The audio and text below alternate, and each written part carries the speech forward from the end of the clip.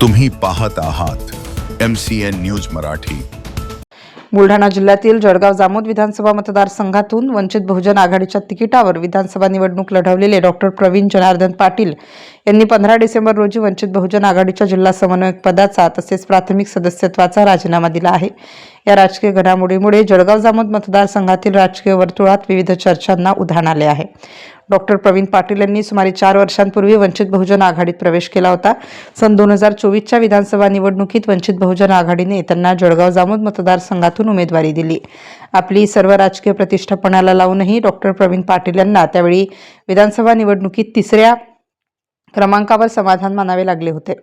आपल्या राजीनाम्याबाबतची माहिती डॉक्टर पाटील यांनी सोशल मीडियाच्या माध्यमातून दिली असून हा निर्णय वैयक्तिक कारणामुळे घेतल्याचे त्यांनी स्पष्ट केले।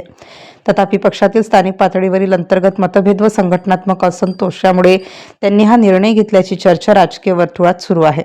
तर डॉक्टर प्रवीण पाटील यांनी वंचित बहुजन आघाडीला दिलेल्या सोडचिठ्ठीमुळे पुढे कोणती राजकीय भूमिका घेतात याकडे आता सर्वांचेच लक्ष लागले आहे। MCN न्यूज मराठीकरिता रवींद्र शेगोकार, जळगाव।